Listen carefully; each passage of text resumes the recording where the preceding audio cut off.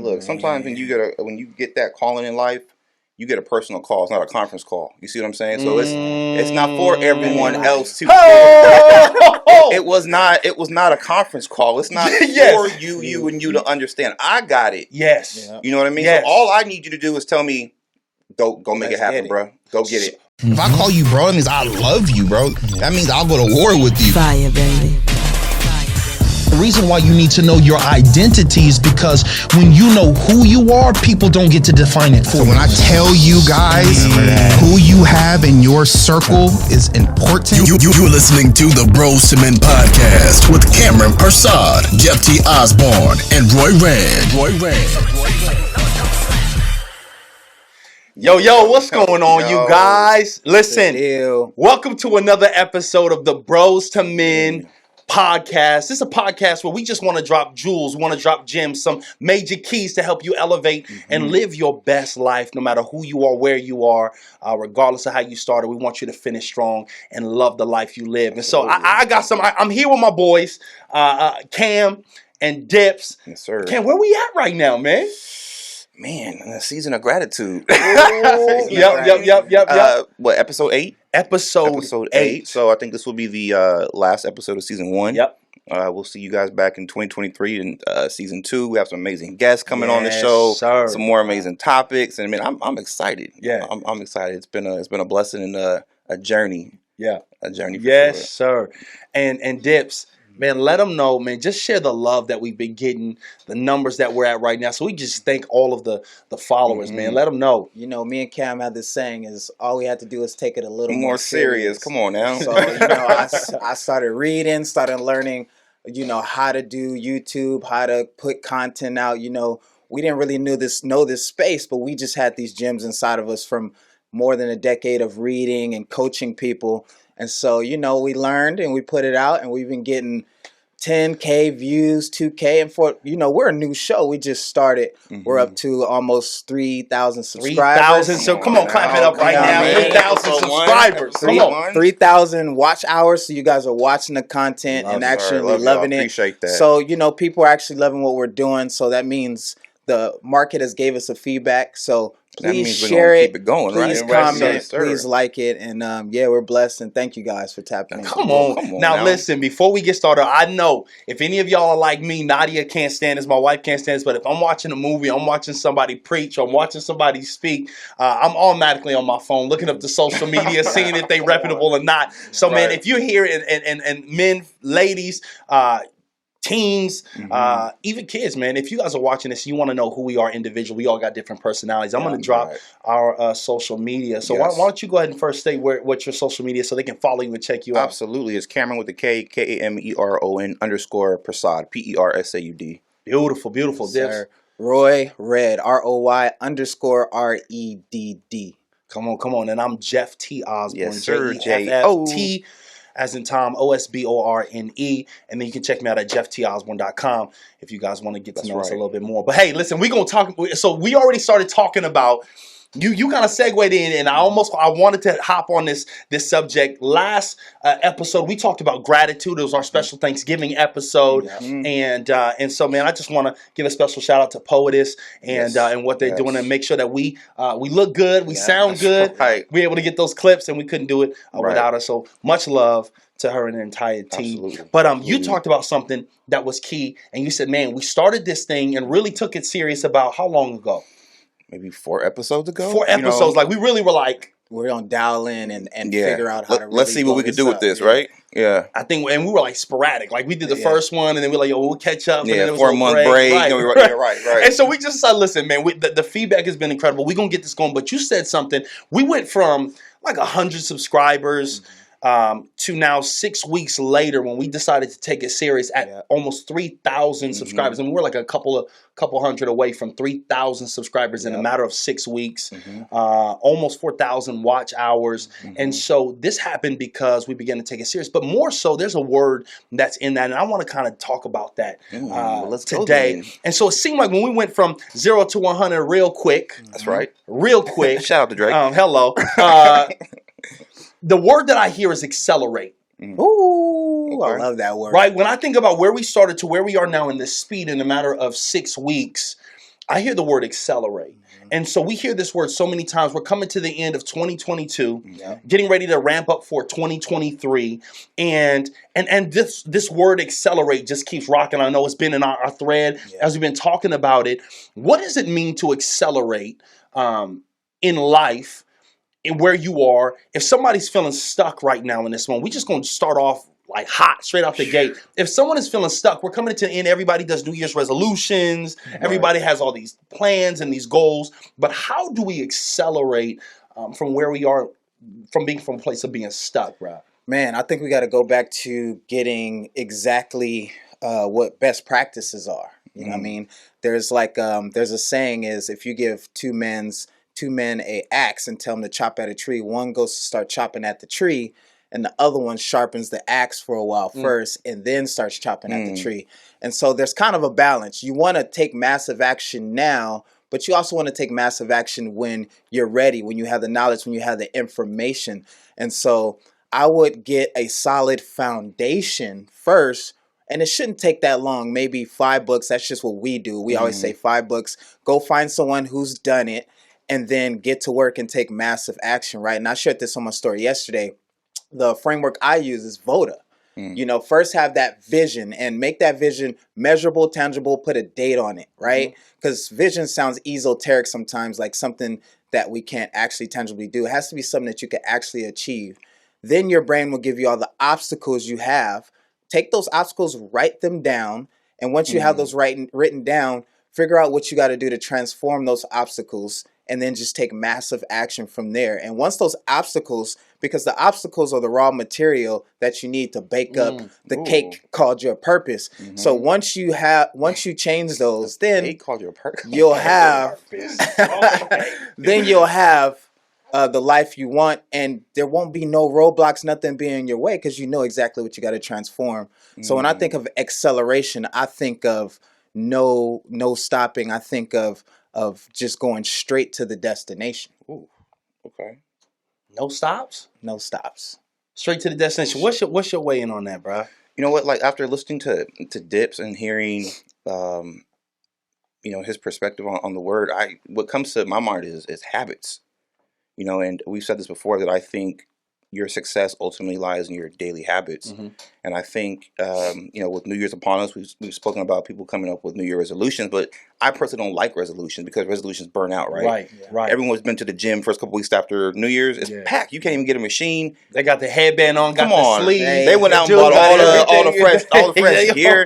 People you ain't never seen in your life in the weights gym. around them. You can't even get in on the set. Right. Give it 6 weeks, and it's like, you're back to your 10% of dedicated folks, and they're working out. So for me, I don't like the word resolution. I like the word lifestyle, because, a resolution is, I'm going to try it out. I'm going to see how it works out for me. Well, people get in there, realize it takes some dedication, some hard work, and they fizzle out real quickly. But when it's a lifestyle, right, you don't have a fitness resolution for New Year. No, I have a fitness lifestyle for the New Year, right? So I'm changing my eating. I'm changing maybe whatever supplements to make sure I get more sleep, to my metabolism. Whatever goes along with that lifestyle, you're making those changes. So for me, it's habits, and like Dip said, you create this plan.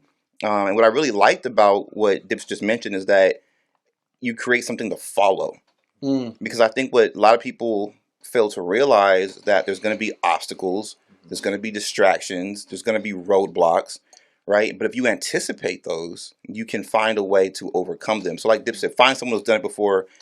Have your resources lined out prior to engaging in that. So that way, when you do reach those obstacles, you have a way to get around them. I think you also said yesterday that, the difference between the two people, between the doers and those who just say they want to do it, is that someone has a plan and someone's like, I'm going to just give it a shot and see what happens. What's your take on it? Man, I'm hearing all y'all, and I think back to when I was starting in the process of becoming, right? So when I think about acceleration, the first thing that I think about is being able to become.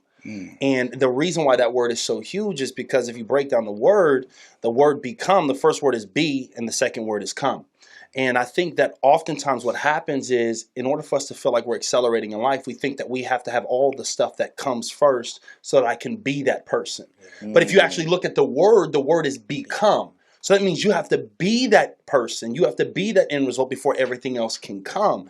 The challenge with being is it's hard. Like, let's be real. Yeah. It's hard to be something that you've never been before. It's how do you strive for something if you've never been there? You haven't realized that person. You don't know what that person is. You don't know what that person looks like, but you know there's something inside of you that just has to get there. And I think that's the tension. I call it divine dissatisfaction. Right? It's that thing that God places inside of you where you just start getting anxious. Like, you just start getting mad. You start getting frustrated. Right. And I think in that moment, the big changing moment for me that really shook it was 2008. And Nadia and I had just gotten married. I went through that huge, massive coaching academy. I got a couple of clients, and I'm sleeping at night, and I'm restless. I'm tossing and I'm turning, and you got the blanket, and you pulling the blanket off, and and so Nadia are there, and all of a sudden I get upset, and I just stand up, and Nadia's like, babe, what's wrong? I said, I don't know. She goes, is it me? I said, it could be. Now, at that time, your boy could have ended, my life could have been ended right there. But, so I grabbed the blanket and I marched downstairs, boom, boom, boom, boom, boom. And I lay down on the couch and I pull the blanket over my head and I'm having this moment. Inside of me, I'm wrestling. My life isn't terrible, but it's not where I want it to be. I'm feeling this war that's waging inside of me, It's and that then restlessness. it's a restlessness, right? Yep. And so in the middle of my moment, Nadia comes by, and I'm grateful for her just recognizing, where I was at, and she just hugged me. And when she hugged me, I started crying. And when I started crying, I said, I'm fed up. She goes, well, what do you mean? And I said, I'm tired of people telling me that my struggle is all a part of my story and my journey. And we're waiting for this day that God is just going to open up and give us his lottery ticket. Like one day, Your number gets called, right? Right? So we treat God like a lottery ticket, right? Like the Mega Millions or the pound. I play it. I ain't going to lie. Like, you know what I'm saying? Just in case God want to bless your boy. But I remember in that moment, I said, no, I'm tired of people saying that this is a part of the journey. When oftentimes when we live in disobedience of who God has called us to be, we have to learn lessons that he never intended us to learn in the first place because of disobedience. And so the first thing that came in that moment was me having to evaluate my life. Before I could even accelerate, I had to figure out where my destination was, what you talked about. Yeah.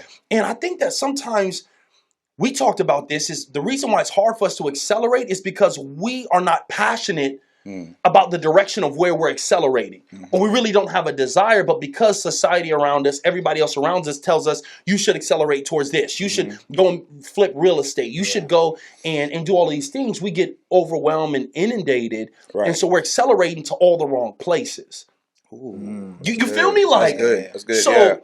So I don't know. I feel like when you talk about, I do know. When you talk about acceleration, for me, acceleration first is you identifying the destination where you're trying to accelerate to rather than just getting movement, because just moving anywhere isn't good movement. Nothing. Right. Let me. There's a conversation that you and I had on the way up here that keeps like replaying in my head. And I know Dips wasn't. Hey, those car rides are holy. I'm just y'all letting y'all know gotta out here, like, these. you have to drive from LA out to where we at, bro. We might start going live on Meet us those in the because- hills just to drive back out to LA, bro. Yeah, but there's a question that I think kind of came from that. I want to propose to both of you guys because I think it's going to really inspire someone. And there's a quote that Dips and I say a lot. And it was, don't allow your talents to take you somewhere your character can't keep you. You see what I'm saying? So I think when you're talking about a game plan or you're talking about achieving goals, I think there's two sides you should be focusing and working on, right? And the key word is working on. Yeah. I think one is the tangible things that are going to get you in that position to ultimately receive that blessing when you get there, right? I think the second is working on you, your character. You see what I'm saying? So Yes, I think there's something where we said in the car, when you're putting yourself in a position to receive your blessing, and now you're finally there, it's very easy to lose that opportunity because you didn't do the work on yourself, right? Yeah. I met the right people. I read the books. I'm an expert on the topic. I can go out and speak on it. However, my character is flawed. So when I start receiving the accolades from the success, I'm going to lose my position because I wasn't ready to receive it. Yeah. So what does the other side? So I think everyone can say, okay, I can jump on Google, I can find the authors, I can read the books. Yeah. But there's a side that gets overlooked very often in the pursuit of success. So we've seen entertainers lose it all, right? We've seen pastors lose it all because what they were doing behind the scenes or in the dark came out. Right. So that other side to the equation, you're reading the books, you're becoming the expert, you're becoming the student so you can one day be the leader. How do you work on that internal character and that internal, of who you really are as a person behind the scenes, right? Because, again, it's very easy to lose if you're not ready to receive those blessings. Like we said, you can be ultimately blessed with that opportunity, but if you're not ready to accept them or step into that position, then it's just a fly by night, right? It's gonna go right past you. You're not gonna receive those blessings. Yeah. So I think that for me is the real question. We can name the books, we can tell you the websites, we can give you the mentors, but how does one begin to do that internal work so that when my time comes, I can step into that calling? Man, one of my prayers is don't bring it to me till I'm ready. And I got that from Jeff because tiny sprouts can't handle the heat. The hot sun. Tiny sprouts. Come on, can't Reverend handle the hot Dip. sun. Wow. Yeah. Go ahead and Organ give an goes- offering. That's the offer. Yeah. Go That's ahead. right. And so when I wanted to be a speaker, for instance, if I would have got a TED Talk that first week, I would have blown it. I would have blown it. No, I had to get ready. I had to, and there's a really good book, and it's called The Actor's Secret. And I don't like that word act because we think of it as like pretending. Right. But it's not really pretending. It's not acting. It's modeling. And so you want to consume and get around people who are great at what you do so you can model certain things and then that'll help you get comfortable until you can create your own flow and your own style. For example, people see Jeff on stages talking to thousands, but we saw Jeff in a room talking to 20 people in the gold mine. Talking to 5 people in mom's living room. He used to just text people, hey, pull up to the crib, gold mine, I'm going to drop these jewels. Right. And those are some of the best speeches I've ever seen in my life, bro. That changed my life to this day, sitting in the back on the couch with some coffee. Right. When I was sitting there, I'm modeling. I'm taking notes. Okay, he came out, he told a story first, writing it down. So you want to take notes on how to do things, and also you want to take notes on how they're doing those things as well.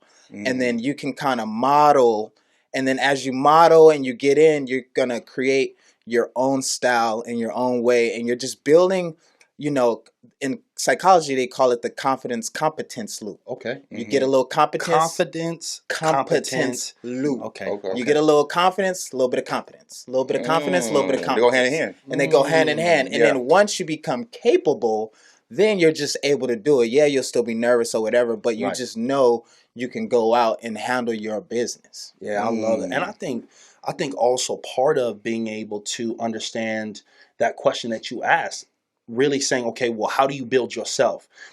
As I begin to coach, and in my coaching sessions, one of the things I love being able to explain is that in order to figure out who you are, you got to figure out who you aren't.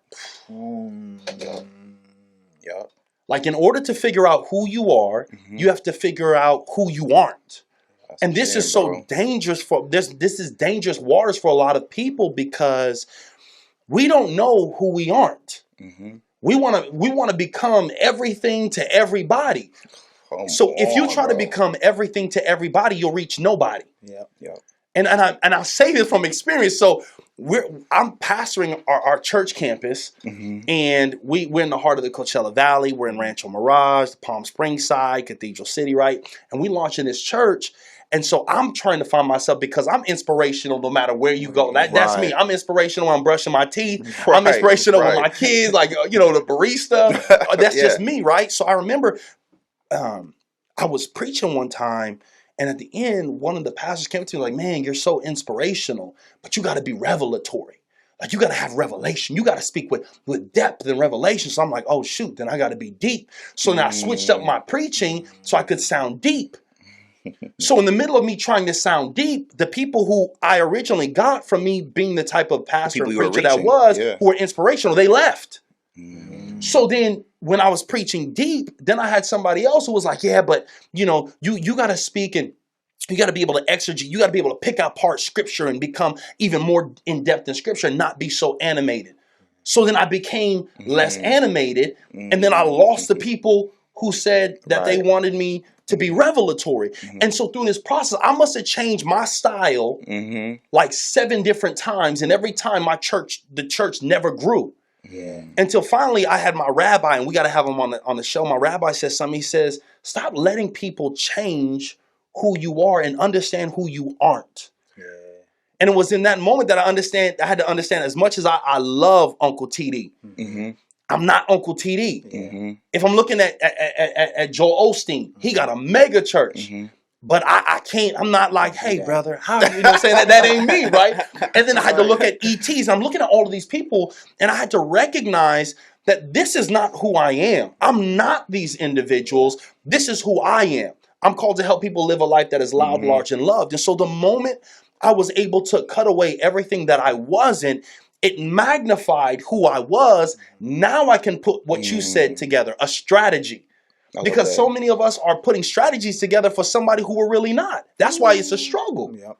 I love that. That's my take on it. And I think we worked through that process through modeling a little bit and realize I'm not them. How many speakers we know sound just like Tony Robbins? Right. You be like, who am I watching? Is this Tony Robbins? You're like 50 Shades Darker, but you hold it. They say the same things. They got the same tonality. And I consumed all of Tony's stuff. But I'm not Tony. You know what I'm saying? And I think that's why sometimes when I share Bible stories, I'm able to resonate with people. Right. Because and same with you, I'll be like, hey, yo, it's a story about, this king saw this girl taking a bath, and he was like, dang, she fine. And they're like, yo, where's this story from? Where's that from? It's a Bible story. They're like, what? Right. And I'm like, you got to read. Thought that was HBO Max. You know what I mean? And it's like putting our touch on it is what's going to help us reach who we're supposed to reach. Putting our touch on it. That's your sauce. That's your sauce. Be you. And sometimes it takes... You become you after you become comfortable. Sometimes you might model a little bit until you become comfortable. Then you come in and you be yourself a little bit. Okay, so I'm gonna throw this your way because I love that. You have to be comfortable with being you, and I don't think people understand how much courage it takes to be authentically who you are. Oh man. Like, it takes courage to be who you are and to say what you believe and to live in your truth. And it takes courage to be able to do that. And I think we underestimate the courage and the strength that's needed to actually do that. So speaking of courage and strength, not only I'm going to toss it to you, but I'm just saying, my boy Dip's got another mug. He's got a different mug right now. Let's clap it up for the new mug, Dip. He's drinking the tears of his enemies. Right? I can't wait to see what the next one is, bro. So that's courage to be yourself. You're the only one up here with a mug. And he's with a different one. Right. Making me collection thirsty. Must be crazy. But here's my question. Talking about being confident in who you were, dog, never in my life. When I first moved, we moved from Long Beach at that time to Diamond Bar, to the IE area, Chino Hills area. When I moved there and I first got to Lord Byron Middle School, I saw this cat who was the only one rocking Buffalinos. And my man had a ponytail that was luxurious. Like, my man had the taper and the fade, the luxurious ponytail. And I was like, who is this cat over here? So when you talk about confidence being able to be you, like, you had a ponytail before it was cool, before that long hair, light skin was cool. You know what I'm saying? Before it was Indian. Before Raz-B came out with the, you know what I'm saying? You had it, man. And so there was a confidence that you had to have in that moment. Yeah. How do you muster confidence to be authentically you? And how do you get that courage to be yourself? Because there's somebody who's watching right now who is terrified to be who they are. You know what? The easiest answer I can give you is that the ponytail represented something. Okay. And I'll tell you what I mean. So, my family are registered Native Americans, Choctaw tribe in Louisiana. I grew up very involved in Native American culture, ceremonies, social gatherings, to the point where I even brought my friends through, right? I was a drummer too. Powwow. So, when I was young, and it's just not Native American culture, this is like hair in general for African culture, and same with the Egyptians. Rastafarians, right? It's not just hair; it represented something, right? It's your strength. It was an identity for me that I represented very, very proudly and very loudly. Like you said, 10,000 students. I'm the only one with the ponytail. I started growing my hair in the 4th grade. and it was because I was very proud of what I was able to participate in culture wise. Mm-hmm. So at that age, people don't understand that, right? You don't understand. You can't explain culture to an 8-year-old. So I went through the getting called a girl. I went when it was a braid. Kids used to come up behind me and like yank on it and pull it and take off run like it was a game, right? So I went through all of that stuff, and I remember there was times where I would go home crying and tell my mom like, I want to cut my hair. I want to cut my hair. I got called a girl 3 times today. Blah blah blah blah. And my mom, I think this is my parents in general. Both my parents would do this. They would tell me, just wait. You know, if you don't like it by the time you get to high school, you can cut it. But then what I realized is that my hair became my identity. So much to the point where 12th grade yearbook, I got voted best hair. You know what I mean? Yeah. Head and Shoulders game, and they had monetization. Look, I used to tell people, I got more crop than a farmer. You know what I'm talking about? Like, for the freestyle days. But it became my identity. That's what I became known as. You know, then through high school, you start realizing, the girls kind of liked it, and did it. So I kept it. Right. But what got me through being teased and what got me through people yanking on it was being able to stand for something, and I was able to articulate why I had my hair. You see what I'm saying? So when you hit people with facts, and you hit people with culture, and you hit people, it's like, man, I'm well cultured. You know, like I can tell you why I grow my hair, what my hair means for me. There was one time where a teacher even called me out in middle school in 7th grade. Oh, because I remember at Lorber we wore uniforms. Yeah, we did. So it was even before that, I went to private Christian school in uniforms with long hair, which was banned. Right, yeah, long hair was banned unless you could figure out. Thank you. So it was like you had to have a collar, couldn't be shorter than a 2 on the sides. Right. It was these very strict rules. And it was to the point where my family had a spiritual relative go up there and say, like, he's Native American, he's registered, this is his tribe, right, this is the documentation, you cannot take this from him. Yeah. To the point where the school was like, all right, cool. Yeah. You know, and I grew my hair. So for me, I carried that sense of pride from 8 years old to, I think I cut it like 23. But it wasn't because it was like I liked getting up early to have to get it done every morning, but it was because it became my identity. But I think even more so, it was something that I represented proudly. So I think to answer your question, what I learned in that experience was if you represent something, there's a sense of pride that comes along with that, which comes along with what you guys said, knowing who you are, what you stand for, and what you're willing to sacrifice. So I think we said in the last episode, every single person either looks like the sacrifices they made or the sacrifice they didn't make. Wow. You see someone in shape, it's like, he gets up early, he's disciplined. Those are sacrifices that he makes to carry around that physique. You see the opposite, you're like, there's certain sacaprices that person didn't make in life, and that's why they look like that. Right. So I think just that little distinction, if you make certain sacrifices, you know what you stand for, and I think there's a sense of pride that comes along with that. And I really believe that time weeds out the counterfeits. Mm-hmm. So when you're talking about an identity that you're trying to keep, and you're talking about something that you want, that you're saying this is truly who I am, the test of time is time. Right. Yeah. Because over time, it's either going to expose or promote. That's what time does.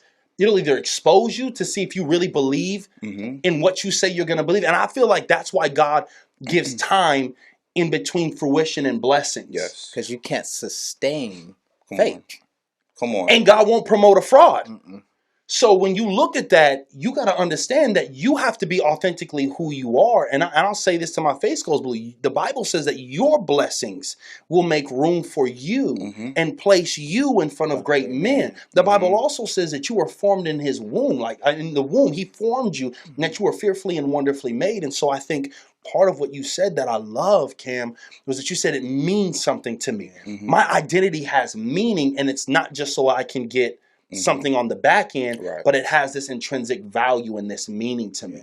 So as we're talking about this idea of acceleration, we're talking about before you even accelerate, just like when you get in the car, you got to check the mirrors. Come on. You got to check everything around you. You got to put your seatbelt on. You got some checks that you have to do, and I feel like we want to get to the destination without doing our checks. So what are some other checks that you think are key diffs in the act of acceleration? You gotta know your past and know the things that are putting you back in default mode. Hello, that's so key. That's good. The social word for it is your traumas, right? And we've had experiences in our life where, and I call them life sentences, where we said, this is how the world is because this happened to me and I don't want to ever go through that again. Mm-hmm. And when those things trigger you, you go into a default mode. And your default mode is how you survive. So a person who's angry all the time, or a person who's sad all the time, and a lot of their identity is built so that they can survive their environment, and they decided the way to survive was to be angry or to be however they are because of their past traumas. So like you said, in creating and chasing a new purpose or that new goal, you got to make some updates to your identity system. You got to update your system, because we're all at all times just a beta version of our true selves. And we got to update the software all the time and keep figuring out where we got to go to actualize what we really want. And so in creating that identity, and my mentor always says, default is an MFer. That's what he says all the time. He's like, default sucks. And we go into default and get out of it, and go in and get out of it. And so if you can go to your past and figure out what's putting you into that default, do whatever you can to get rid of that, or at least have it to a point to where you can work through it. And then that way, once you get rid of that, nature hates a void. I love that, bro. Like he hit on so many different things, but there's two things I'm really taking away from that. And one is probably the main point, I think, is that, you know, it's going to require you to make changes. And I think what's the first step is acknowledging what's causing you to go into default, right? Yeah. But the second follow-up to that is eliminating those things. Yeah. And I think that's the hard part, because for a lot of us, that can mean getting rid of comfortable relationships. That can mean getting rid of lifelong friends or lifelong associates that you have for a long time, because they distract you, or maybe because their habits aren't, they're counterproductive to what you're trying to achieve. Yeah. And I think that's very difficult. We've talked about that before. Letting go of things that are no longer serving you is not easy. You know, if it was, everyone would do it and everyone would be successful. But I think what's even tougher is that sometimes it could be a relationship no longer serving you. You know, we've talked about sometimes that certain habits your friends have, and you have to say, as long as you're doing A, B, and C, I'm not coming around. But I think one thing that could be even tough for people, or probably the toughest, is that sometimes it's family. And you kind of touched on this. Sometimes people have this ideal for your life that doesn't fit with the vision that you have for your life. Right. And that's very, very difficult. You know, there's this stereotype of, oh, parents want you to be a doctor, a lawyer, an engineer. External expectations. That's it, right? Those are your only options. So you come back and say, I want to be an entrepreneur, I want to be a pastor, I want to be a music producer. The first thing is, you know, they can't, maybe I have to say it this way, their imagination doesn't allow them to dream that big. So they can't see it for yourself, you know, for you. So I think our dreams, I think we can only dream to the extent that our own confidence will allow us to. So if you dream to a point that's just like, you know, like you see, get to that default phase, you're like, oh, there's no way I can achieve that, or I don't know the people that can get me those resources. Then you go back to that default. Well, I guess working at Walmart's all right. You know, at least I get benefits here. Yeah, right, exactly. You know, instead of stepping on that ledge of faith, because when you're on that ledge, only two things can happen, right? One is you're going to get pushed off and you're going to fall to a demise, or you can get pushed and you're going to soar. So those are the only two options that you have when you're on the ledge. So putting yourself in that position to be able to soar, I think, is a lot further away than what people can imagine, what people can fathom. And I think you have to be real with yourself. We try to lie to ourselves so much by saying words like, oh, this is enough. This is good. So when you lie and you settle for enough, that's all you're going to have is just enough. And it's not until you get real with yourself. And I always say this, it's not until you get real that God becomes real. It's not until you recognize, all the way in the Bible, you see stories of people like, look, God, David, even after he messed up and did all that, he was like, look, God, I've sinned, and I've sinned against you alone. And he owned up to it. It was a moment that he got real and said, I am where I am because of decisions and choices that I make. But I feel like oftentimes we lie to ourselves and we say, oh, this is enough. Oh, I just want enough for me. Oh, you know what? And it's the worst thing that we do is we compare where we are to where we used to be. And instead of using that as a place of gratitude, we use that as a chain to hold us back and say, oh, well, look, at least I'm not where I used to be. Look how far I've gotten. Yeah, but look how far God wants you to go. And so You settled somewhere along the way. you settle, and Yeah. we settle through things in life that God only called us to walk through. Ooh. Mhm. Like, we settle in seasons that you're supposed to just walk through and gain and glean from, Right. and we sit in it, we set up camp in it, and we Mhm. wonder why we hate it, and we just tell ourselves, well, at least I moved from where I used to be, and I'm here, but God's telling you, like, listen, I didn't want you to camp in this. Yeah. I needed you to walk through this and learn what you need to learn in this process. Right. I mean, you started in a tent, you're in an apartment. You say it's not so bad, but that's not the mansion. That's The in mansion store is for supposed you, to bro. grow. Right. Cam. Right. It's not the mansion. And so Right. so the first thing that I feel like part of acceleration is for you to understand it's okay for you not to be satisfied with where you are. You don't have to be content. Right. Well, no. I would say this. It's okay to be content. You don't want to be complacent. Ooh. And there's a There you big go. difference That's a between big difference, complacency and being content. Mhm. Paul says, I know how to be content in all things. I know what it means to be wealthy, and I know what it means to be poor. He says, I'm content in all areas. However, I'm not complacent. There you go. So when Yup. you're complacent, There it that is. means that you're not even moving. Mhm. When you're complacent, you're settling. But when you're content, what you're saying is God, thank you for what you've given me right now. I know you got some stuff for me moving forward. So I'm going to keep progressing to move forward and growing because I know you have more for me. That's that distinction. Yeah. That's And being content isn't being complacent. It's being thankful for where you are, the growth that you've taken. Because you don't want to. You said something that was key. You said that you want to celebrate every victory, every small victory on every the way. small victory on the way. That's why we were driving in the car. You didn't notice me. We were driving in the car, and when we hit probably by the next hour or two, we'll hit 3,000 subscribers, right? Mhm. And so I was telling Cam, we got 11,000 views, 10,000 views, 9,000 views, right, on the channel. And I told Cam, I said, bro, wait, let's take a moment and just say la. Like in the Bible, that means to pause. Yeah. And think about that. 3,000 subscribers it equates to a mega church. Oh.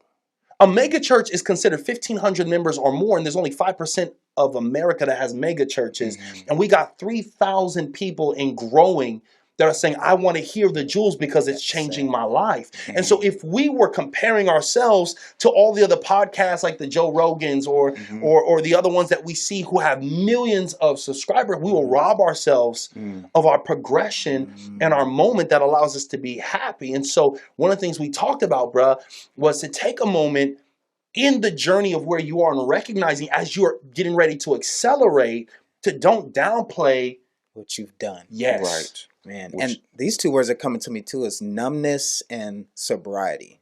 A lot of us, so in that moment where you felt that, and I've had those anxious moments at night too, where you Right. can't sleep, but it's energy. Look, God's like, yo, get up, read your Bible, get up, get to work. I'm not letting you go to sleep. Some people, when they feel that, they numb it.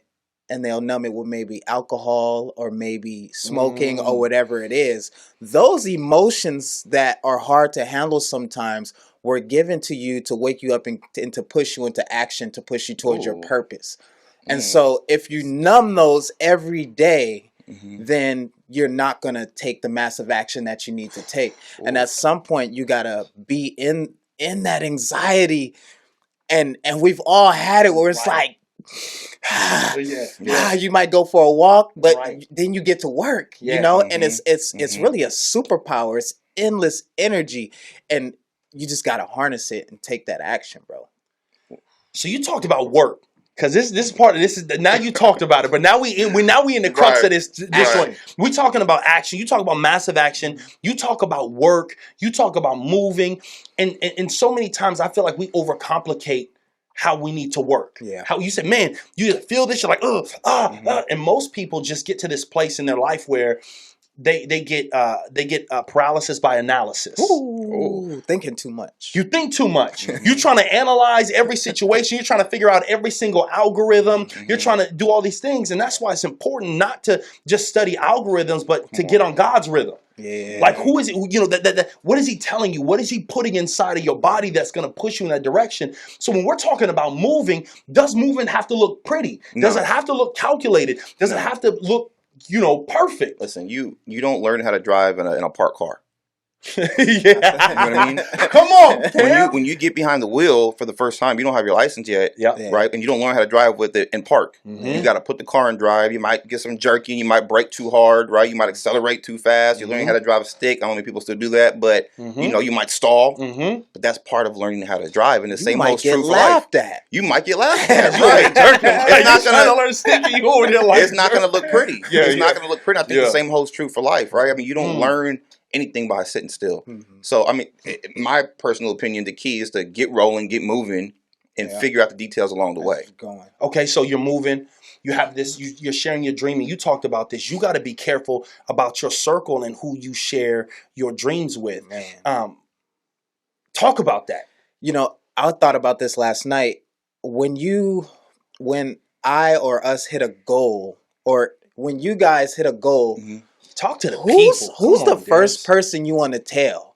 Like if you close a big deal, or if you do something huge and you get super excited, who's the first person you call and tell? And start to think about that. And then how are they receiving that? Are they just as happy for you? There's a story in the Bible, and Jeff, if I mess it up, please correct me. Or when Cam, Mary knew she was going to have the baby. the baby, she didn't tell nobody around her. She traveled Yeah, hundreds of miles, like traveled to tell a queen, Elizabeth. Her cousin Elizabeth. her cousin Elizabeth, and who, when Jeff gave me the story, I read this. When she told Elizabeth, it said the baby jumped with joy inside of her. Because Elizabeth was pregnant with John the Baptist. So Elizabeth was pregnant with John the Baptist, who was supposed to lead the way for Jesus to come. Mary at that time said that she was to conceive a child inside of her. So when she went to go tell her future to Elizabeth, who was already pregnant with something inside of her. So maybe The you baby should leaves. only be telling your purpose to people with purpose. I'm just going to do another spin on that one right Man, maybe you should only be sharing goals and purpose with other people who have goals and purpose, because people who aren't working to deliver their baby, Talk their about it. purpose, won't understand because they ain't got it. And this is why, bro. Okay, I'm gonna tag you. Go ahead, tag team on this. Look, this is why you need people like midwives in your life. When you're giving birth, a midwife will tell you when to push, even when the pain hurts. A midwife will tell you, "Look, I can see it crowning right now. Keep pushing." And you're yelling. The women are yelling, "I can't, it can't, hurts." I can't." And they're like, "You're almost there. Keep pushing." And I feel like when you're there, you can't tell somebody a dream that you have if they've never pushed something out of themselves. Who are the midwives in your life? Who are the midwives in your life? Because when the pain gets hard, the ones who've never gone through the process will tell you to stop because it hurts too much. Yeah. But the midwife and the person who's given birth before knows what's on the other side of your pain. And so they're going to tell you to push through, because once you push, you're going to get what it is you've been in pain for. Yeah. Who's telling you to keep going verse? It's okay, bro. Take a break. Let's Right. go get a drink. Right. And this is the ability. I love Maybe that. it's not for you. It's not for you. So if you want to accelerate in life, you got to get around people like you said, Dips, who are pregnant with something. Because when God first gives you a dream, it's fragile. Yeah. And too many times God gives us dreams and we want to tell all these people who don't have that dream. And so let me ask you this, because we talk about this, fellas, tap in on this one. When God gives you a vision, is it possible that even visionary people in your life don't have the wherewithal and the vision to hold the size and the magnitude of the dream that you've been given? Man, look, sometimes when you get that calling in life, you get a personal call. It's not a conference call. You see what I'm saying? So it's not for everyone else to. It was not a conference call. It's not for you and you to understand. I got it. Yes. You know what I mean? Yes. So all I need you to do is tell me, go make Let's it happen, get it. bro. Go get it. Okay, so if you're the only one who gets it, just like a baby inside, we're talking about accelerating in life. We're talking about the dreams and the visions that you guys may have going into 2023. We're giving you guys jewels and gems and tips. And I pray that y'all have your phones by you. You got your notepads as we're talking about this. But we simply said that when God gives you that vision and it's inside of you, sometimes it's not for everyone. Dip started off by saying, Mary went to Elizabeth, that baby jumped because she had a baby inside of her. So you can't give a dream to somebody who doesn't have a baby or who hasn't had a baby. Pregnant with something, right? Pregnant with something, right. Right. We talk about a baby, that's a ministry, that's a business, that's an idea, that's a relationship that you have. You said that when you get a calling right now, that it's a phone call. It's not a conference call. Not everybody's weighing in. Right. So you got to build yourself. So how do you build your confidence? Just like a baby inside that you're giving birth to, you're about to give birth to something. It cultivates, it grows. Your wife needs our wives and women need to feed it certain things, certain nutrients. How do you bring the nutrients to your dream when it's inside of you and it's small as an embryo or a pea or a mustard seed? We were listening to Uncle TD this morning. Yes, sir. And he said there's a process in between a woman having sex to when a woman delivers that baby.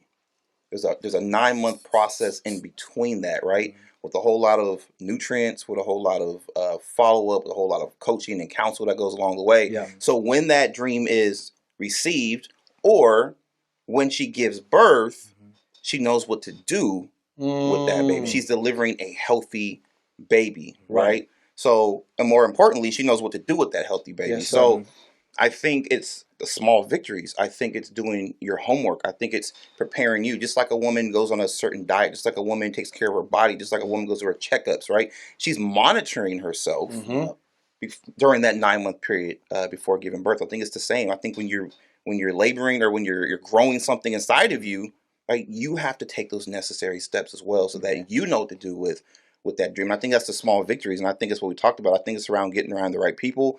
I think it's about having a clear vision for yourself. There's a saying that says you are what you do every single day. Take it one step further. You are who you hang with. Yes, sir. So ask yourself those 2 questions. If I live a healthy lifestyle on a daily basis, I'm a healthy person. If I'm a positive every single day, I'm a positive person. But the negative also holds true. Right? If you're not doing anything every day, not to say you're nothing, but you're not in the works of creating something because you're not taking the necessary actions. If you're hanging with negative people, you're negative. But if you're hanging with people who create, you're a creator. You know what I mean? So I think that's important. I think going back to what Dip said, you need to take that constant self-evaluation. I think you need to have that ideal of where you see yourself in 30 days, where you see yourself in 6 months, where you see yourself in a year, and maybe, a decade from now. And I think once you have that, you can ask yourself those tough questions. What do I need to do? What changes do I need to make to ultimately become that person to step into that calling? Yep. So, Dips, you started off by saying that taking the necessary steps. I know that when you first started, right, and you wanted to start this journey, you already started off with TED Talks. You already started off with coaching clients. That came the first day you decided to speak, right? Yep. So when you started doing that, before you even got to the moment that you said you wanted to speak, when you got to the moment where you were like, yo, I want to be on this TED Talk, was the process quick? Did you immediately like, oh yeah, I got that TED Talk the first moment you said to us, call, hey bros, I'm going to speak, and all of a sudden an hour later you got the TED Talk call? Was that how it was? No, I knew I wanted to speak for years. Okay. I kind of have this idea of whatever puts a little bit of fear in me, I use that as a compass on what to do next. And so I used to always have a fear of public speaking, like in high school and things of that sort. And so I was like, yo, and you inspired me and Justin inspired me. I was like, yo, I want to speak. And so I used to, hit you up and be like, yo, what do I do? And you'd be like, yo, become a good storyteller. And Justin would say, hey, you get in the mirror and practice in the mirror. Yeah. And I was in the mirror by myself, talking to myself for months and months. And then I learned the business side of it. And then after that, I was like, okay, now I think I can rock a stage. And I did outreach and got actual speaking gigs and just did my thing. But in the beginning, I didn't really tell nobody. I just kind of asked the people who I knew were good, hey, what do you do in this situation? Right. How do you think about it? Right. What's going through your head? Okay. Just trying to figure it out. And then once that axe was sharpened, then I went to hack away at the tree. And then once I had the first gig and I did my thing and I nothing really, really bad happened, I was like, yo, it's up. Man, and what was like episode 1?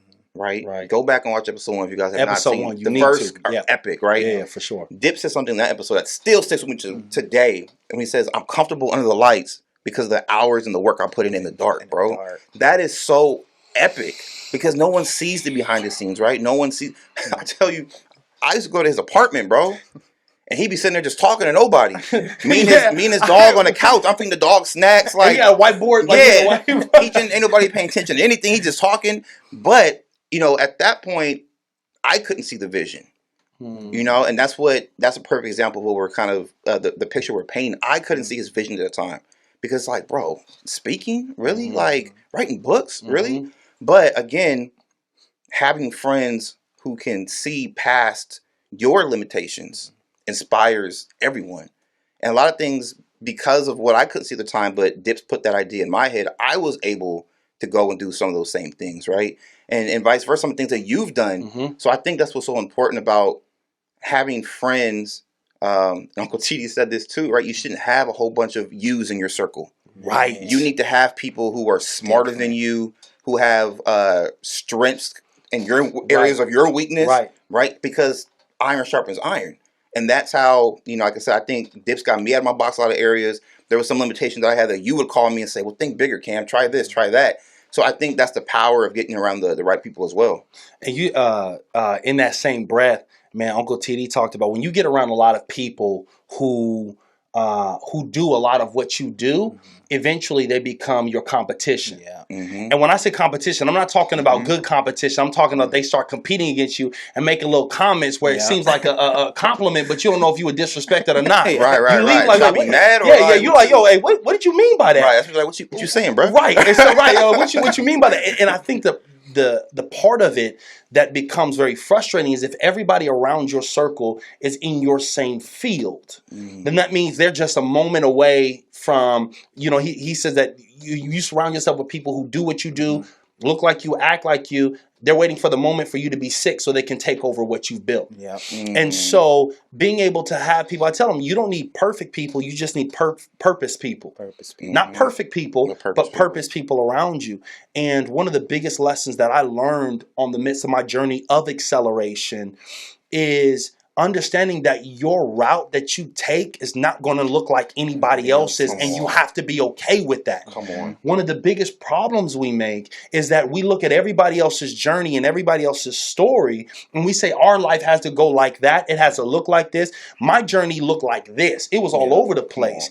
And one of the biggest problems with this millennial generation is because we have all of this technology around, we're so used to if I push a button, this pattern's going to work every single time. Right. It's instant, and it's a proven pattern. It's a robotic response. It's a robotic response. But when you look at your life and your journey and how God moves you, it's not a robotic response. It's different doorways. It's different avenues. It's different windows. It may look like a door this month. Next month, you may be climbing through a window. The month after that, you may feel like you're climbing through a vent. But understanding that every single road that you take and every move that you take is authentic to who you are as an individual. And so when you disregard your route or you compare your route to somebody else's, it's easy to feel like a failure when you're not doing what they're doing or your route doesn't look like them. Let me get a quick story on that as we're wrapping up. I had a bro named Jeremiah who's a LA City fireman now. And he was like, came to me one day and we were talking in the break room and he was like almost in tears, like, yeah, I just want to be a fireman. I'm tired of being here. And if for people who don't know, there's a whole bunch of EMTs and paramedics who want to be firemen. There's millions of them with only a few jobs. And all they do when they get around is, oh, who are you testing for? Who are you doing interviews with? Oh, you getting hired? Oh, you're getting looked at by city and county. And there's all this chatter, but nobody's getting no results. And the first thing I told him was like, bro, the first thing you got to do, get away from all those dudes. Don't talk to them about nothing. Don't listen to them. Ain't none of them hired. So don't listen to nothing. Don't listen to nothing what they got to say. And I knew that LA City actually doesn't want you to have any experience because they want to build you how they want to build you. And I was like, trust me, bro, just be a good guy, kill your interview, and you'll get in. And don't hang around those guys or listen to nothing they got to say. And sure enough, he got hired. And so sometimes you got to get away from the people that aren't getting results in that same genre and just stay in your lane. Stay in your lane. Nipsey said it. Okay, so man, listen, we're talking about accelerating going into 2023. we want to bring this podcast in season 1 to a close. When we talk about acceleration, Cam, let's drop something for them that they can put in their pocket before the clock strikes 12 on 2023. I know we want our listeners and our subscribers to really know that you got some tangible takeaways that you can place in your pocket. So what would you give them, bro, so that they can accelerate and live that life of acceleration? I'm going to say it again. Stay away from resolutions and strive to create a lifestyle. Because one is I'm testing the water and one is stepping into a calling. There's no better feeling than knowing that you're not pretending to be something, that you're not dappering with something, that this is who I am. This is my authentic self. This is a position that I've earned, right? It wasn't given to me. And I worked to be here. And I think that's a feeling that I would wish for everyone to experience. So I would just say that stay away from I'm going to try to, go in the gym, see if it works out for me. If it's fitness, have a tangible goal. I want to lose 10 pounds by March 1st. If it's business, I want to start my own business. I want to make 10,000 in my first year, whatever the case is. But, slow motion better than no motion. Step out your comfort zone. Do something that challenges you. Nothing grows in a comfort zone. Come on. And if you're stressed, that means you're growing. Stay with it. Beautiful. Okay, Dips, give them something, man. Man, 2 things. Lifestyle habits, like Cam said, and self-talk. When I forgot what year this was, but it was one of the best years of my life. We brought in the new year, me, Cam, Ryder, and a few people in Stokes in prayer. We literally at 15 minutes before New Year's, we were just praying and we prayed into the new year. So get back to your roots, which is prayer. And then 2 is just be confident. And confidence is an intimate conversation you have with yourself. So just control that conversation. And the best ways you can control that conversation is when as soon as you get up, gratitude and prayer, be around people who are having conversations that serve you. And if you keep that conversation on your purpose, you'll get there, guaranteed. I promise you. Leave them with something, bro. Come on. Man, I tell everybody this, man, that before all of it, you kind of segued in beautifully. Understanding this is that when it comes to acceleration, nobody can accelerate you quicker than God. Come on. Holy Spirit was my PR. When God knows your name, he'll make sure that other people know your name. And the way that God knows your name is by you being in his presence, you understanding your calling and your purpose. And know this, I'm going to drop this because I got it's on my God Morning line, clothing line, but it's calling over coin. Yeah. Whenever you do what you do, remember that it's always calling over coin. It's always your calling over money. The money follows purpose. Provision always follows purpose. So don't make it about the provision. Lock in on your purpose. Utilize these tools and let God do what he does. Yo. Fellas. That's it. That's it. That's it, baby. That's it. Episode 8 in the book. Season 1. Season 1, it's a wrap. Again, we want to thank all of our listeners. Absolutely. Like, comment, subscribe. Absolutely. Yeah. And then once again, give them your Instagram. Cameron with the K _ Prasad, PERSAUD. Dips. Roy, ROY_REDD. Jeff T. Osborne and JeffTOsborne.com. Hey, listen, guys, it's been an honor and a privilege. Absolutely. Season 1 in the books, bro. Yo, stay real, stay authentic, and we're going to see you in 2023. Happy New Year.